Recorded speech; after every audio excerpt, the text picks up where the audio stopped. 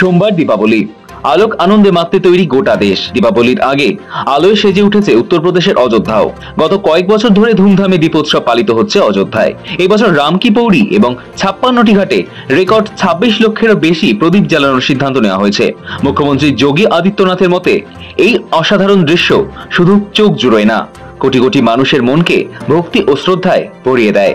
গত বছরের রেকর্ড ভেঙে এবার 26 লক্ষেরও বেশি প্রদীপ জ্বালানোর প্রস্তুতি নিচ্ছে বিভিন্ন বিশ্ববিদ্যালয় ও কলেজের স্বেচ্ছাসেবকরা।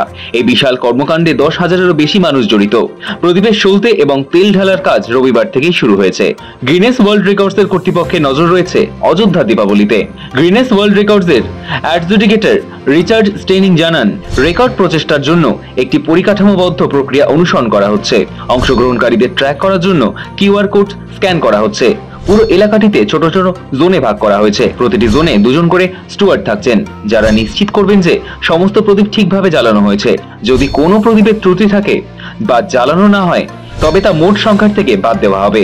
ঐতিহ্যের সঙ্গে প্রযুক্তির মেলবন্ধনে পালন করা হচ্ছে অযোধ্যার দীপোৎসব। বিগত কয়েক বছর ধরেই ধুমধাম করে দীপোৎসব পালন করা হচ্ছে রাম মন্দিরের শহরে। গত বছরও দীপাবলি উপলক্ষে অযোধ্যায় 500 ড্রোন উড়েছিল। এবার সেই সংখ্যা দ্বিগুণেরও বেশি।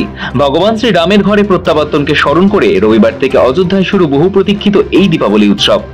দীপোৎসবের এটি 9ম সংস্করণ। প্রতি বছরই উত্তরপ্রদেশের সরকার নতুন রেকর্ড গড়ে গিনেস বুক অফ ওয়ার্ল্ড রেকর্ডসে নাম লেখায়। এবছর শুধু প্রদীপ জ্বালানোর সংখ্যা নয়, সূর্য নদীর আরতির মাধ্যমেও একটি নতুন ইতিহাস গড়ার পথে অযোধ্যা। ব্যুরো রিপোর্ট, সময় কলকাতা।